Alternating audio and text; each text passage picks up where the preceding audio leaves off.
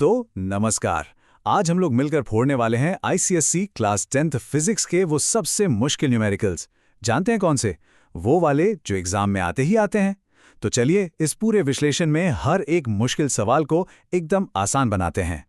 सच सच बताइएगा, क्या फिजिक्स के न्यूमेरिकल्स देखकर सिर चकरा जाता है? अगर हाँ, तो अरे इसमें कोई नई बात नहीं है। ज्यादातर स्टूडेंट्स को यही लगता है, पर चिंता की कोई बात नहीं, हम हैं ना। तो ठीक है, आज इन मुश्किलों को हमेशा के लिए दूर करते हैं। हम लोग क्या करने वाले हैं? हम 3 सबसे जरूरी सबसे इंपॉर्टेंट कॉन्सेप्ट्स को एक एक करके स्टेप बाय स्टेप समझेंगे। और मकसद क्या है? ताकि एग्जाम में पूरे कॉन्फिडेंस के साथ हर सवाल हल हो सके। तो चलिए शुरुआत करते हैं हमारे पहले और सबसे फंडामेंटल टॉपिक से।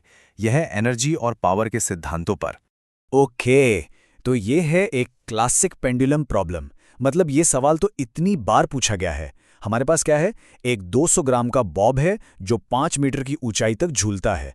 अब हमें निकालना है कि इसकी एनर्जी और स्पीड अलग अलग पॉइंट्स पर क्या होगी। ठीक है, सबसे पहले इसके सबसे ऊंचे पॉइंट पर इसकी पोटेंशियल एनर्जी निकालते हैं। और यहीं पर आता है सबसे सबसे जरूरी कदम, जिसे बिल्कुल भी नहीं भूलना है। वो क्या है? ग्राम्स को किलोग्राम में बदलना। मैं बता रहा हूं, ये एक छोटी सी गलती है जो पूरा का पूरा जवाब गलत कर सकती है। तो बस वैल्यूज रखते हैं और हमें मिलती है 10 जूल्स की एनर्जी। और अब आता है फिजिक्स का गोल्डन रूल। जानते हैं क्या? Law of conservation of energy. इसका सीधा सा मतलब ये है कि ये जो 10 जूल्स की एनर्जी हमने अभी अभी निकाली है ना, वो इस पेंडुलम के पूरे रास्ते में हर एक पॉइंट पर कांस्टेंट रहेगी, मतलब बदलेगी ही नहीं। तो सबसे जरूरी बात क्या हुई? यही कि एनर्जी कंजर्वेशन की वजह से झूले के किसी भी बीच के पॉइंट पर, मान लीजिए पॉइंट सी पर, जो टोटल मैकेनिकल एनर्जी है वो भी 10 जूल्स ही होगी। सिंपल। चलो अब सवाल के दूसरे हिस्से पर आते हैं। जब ये पेंडुलम सबसे नीचे होता है, मतलब अपनी सबसे तेज स्पीड पर, उस वक्त इसकी वेलोसिटी क्या होगी? अब यहां का लॉजिक ना बहुत ही सिंपल है। देखिए, सबसे निचले पॉइंट पर हाइट क्या हो गई? 0। तो जाहिर है पोटेंशियल एनर्जी भी 0 हो गई। इसका मतलब वो जो टोटल 10 जूल्स की एनर्जी थी, वो अब पूरी की पूरी काइनेटिक एनर्जी में बदल चुकी है। तो अब बस काइनेटिक एनर्जी के फॉर्मूले में सारी वैल्यूज डालनी है। इसको सॉल्व करने पर v² की वैल्यू आती है 100। और हाँ, यहां ध्यान देना, ये v² है, v नहीं। जल्दी जल्दी में ये गलती बहुत होती है। तो v कितना होगा? 10 मीटर पर सेकेंड। चलिए अब आते हैं हमारे अगले मेन टॉपिक पर, बल आघूर्ण का सिद्धांत, यानी द प्रिंसिपल ऑफ मोमेंट्स। और ये वो सेक्शन है जिससे सवाल आना आप समझ लीजिए लगभग तय है। सवाल हल करने से पहले फटाफट से टॉर्क का कॉन्सेप्ट समझ लेते हैं। ये क्या है? ये किसी भी फोर्स का वो घूमने वाला असर है जिसे हम फोर्स को पिवट पॉइंट से उसकी परपेंडिकुलर दूरी से मल्टीप्लाई करके निकालते हैं। अच्छा, इसको समझने के लिए एक बहुत ही प्रैक्टिकल एग्जाम्पल देखते हैं। व्हील बैरो यानी ठेला गाड़ी वाली प्रॉब्लम। यहां पर 100 kgf का लोड है और हमें यह पता करना है कि इसे उठाने के लिए कम से कम कितना एफर्ट लगेगा। अब इस स्लाइड में ना प्रॉब्लम को बहुत ही अच्छे से ब्रेक डाउन किया गया है। देखिए, एकदम साफ दिख रहा है कि फुलक्रम यानी हमारा पिवट पॉइंट वो पहिया है, लोड बीच में है और एफर्ट हम कहां लगा रहे हैं? हैंडल पर। और मैं बताऊं, ऐसे सभी सवालों को सॉल्व करने की एक ही चाबी है, एक ही मूल मंत्र है। क्लॉकवाइज मोमेंट हमेशा एंटी क्लॉकवाइज मोमेंट के बराबर होता है। मतलब लोड गुणा लोड आर्म बराबर होगा एफर्ट गुणा एफर्ट आर्म के।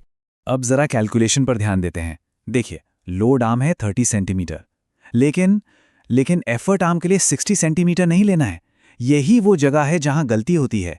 एफर्ट आर्म हमेशा फुलक्रम से एफर्ट तक की पूरी दूरी होती है, जो यहां 30 + 60 यानी 90 सेंटीमीटर है।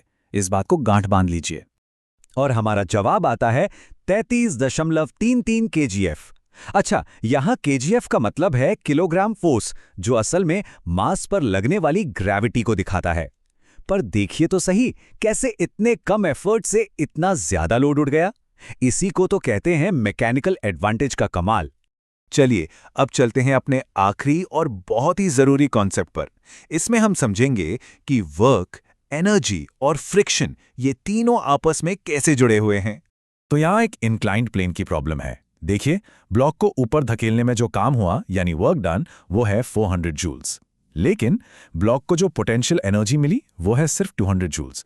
तो सवाल यहीं उठता है कि ये बाकी के 200 जूल्स की एनर्जी आखिर गई कहाँ? हमने जो 400 जूल्स लगाए पर मिले सिर्फ 200। क्या एनर्जी कहीं गायब हो गई? सोचने वाली बात है।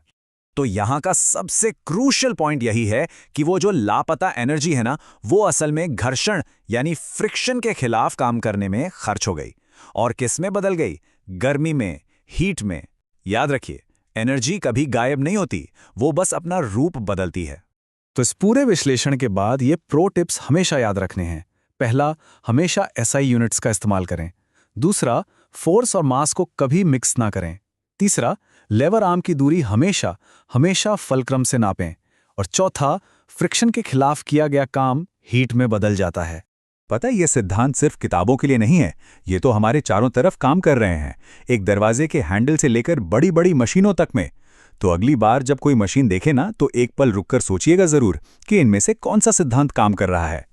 अच्छा, आगे बढ़ने से पहले एक छोटा सा अपडेट देना था।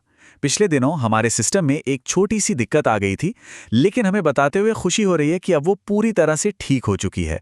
सब कुछ वापस पटरी पर है। तो अगर फिजिक्स के ऐसे ही और भी मजेदार विश्लेषण चाहिए तो स्टडी स्लाइड चैनल को सब्सक्राइब करना बिल्कुल मत भूलिएगा और नीचे कमेंट्स में मोर जरूर लिखिएगा।